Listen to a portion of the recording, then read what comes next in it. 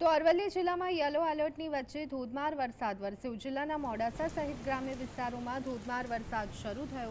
મોડાસા શહેરના 4 રસ્તા, હંગામી બસ સ્ટેશનમાં અને એસબીઆઈ બેંક આગળ પાણી ભરાયા। તો બીજી બાજુ માલપુરમાં ધોધમાર વરસાદ વરસ્યો। મૂળડુંગરી, સોનિકપુર અને રૂગનાથપુરમાં પણ વરસાદ વરસ્યો હતો।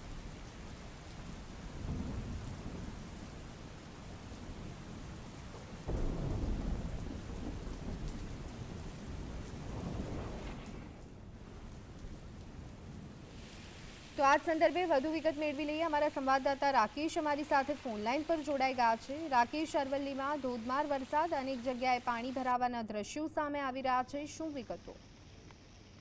જી ઘણી ચોક્કસ જણાવી દઉં કે અરવલ્લીના અંદર વહેલી સવારથી જ વરસાદ વરસી રહ્યો છે અને અત્યારે હાલ પણ વરસાદ ચાલુ છે।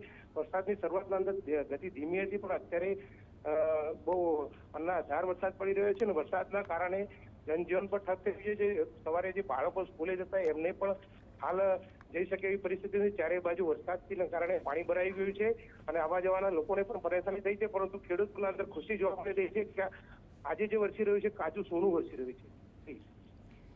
જી બિલકુલ રાકેશ, ખાસ કરી અને તંત્રની પ્રી મોન્સૂન કામગીરી અત્યારે હાલ કેટલી કામે લાગી રહી છે અરવલ્લી માટે જો વાત કરીએ તો?